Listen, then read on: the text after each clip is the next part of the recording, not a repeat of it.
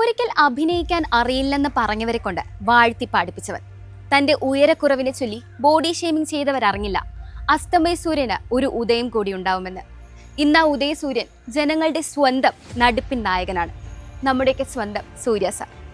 തമിഴ് നടനും പ്രൊഡ്യൂസറുമായ ശിവകുമാറിന്റെ മകൻ എന്ന പ്രിവിലേജ് ഉപയോഗിക്കാൻ അദ്ദേഹത്തിന് ഒട്ടും തന്നെ താല്പര്യമുണ്ടായിരുന്നില്ല.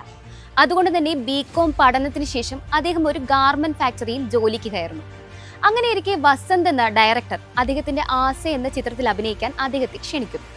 എന്നാൽ അഭിനയമല്ല തന്റെ വഴിയെന്ന് അദ്ദേഹം കരുതിയതിനാൽ അത് നിരസിക്കുകയായിരുന്നു. തുടർന്ന് ആ വേഷം അജിത്ത് ചെയ്യുകയുണ്ടായി. 2 വർഷത്തിന് ശേഷം പ്രതീക്ഷിക്കാത്തൊരു കോൾ വരുന്നു. ഡയറക്ടർ മണിരത്നമായിരുന്നു അത്. മണിരത്നം പ്രൊഡ്യൂസ് ചെയ്ത് വസന്തിന്റെ തന്നെ ഡയറക്ഷനിൽ ഒരുങ്ങുന്ന നേർക്കുനേർ എന്ന ചിത്രത്തിലേക്ക് അഭിനയിക്കാൻ അദ്ദേഹത്തെ ക്ഷണിക്കുന്നു. എന്നാൽ ഇത്തവണ അദ്ദേഹത്തിന് അത് നിരസിക്കാൻ സാധിച്ചില്ല.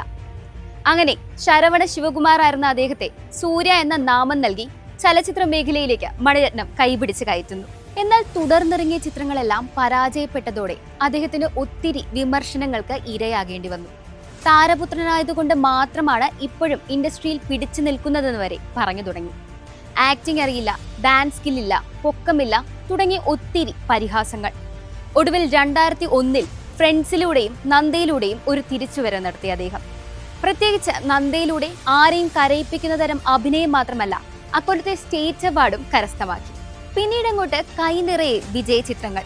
കാക്ക കാക്ക, പിതാമഹൻ, സില്ലനൊരു കാതൽ, ഗജനി, വാർണമായിരം തുടങ്ങി കങ്കു വരെ എത്തി നിൽക്കുകയാണ് അദ്ദേഹത്തിന്റെ സിനിമാ ജീവിതം.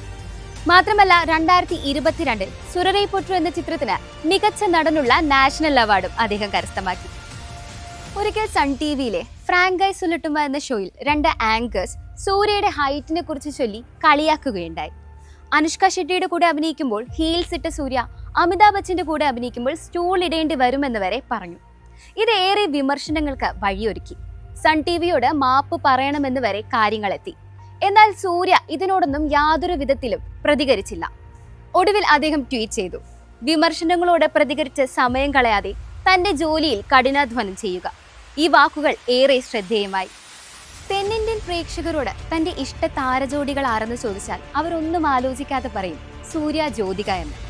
എത്ര തിരക്കിനിടയിലും തന്റെ കുടുംബത്തിന് വേണ്ടി സമയം ചിലവഴിക്കാൻ അദ്ദേഹം മടിച്ചില്ല. ഇതുകൂടാതെ സൂര്യ എന്ന നല്ല മനുഷ്യസ്നേഹിയെ തിരിച്ചറിയാൻ അഗരം ഫൗണ്ടേഷൻ തന്നെ ധാരാളമാണ്.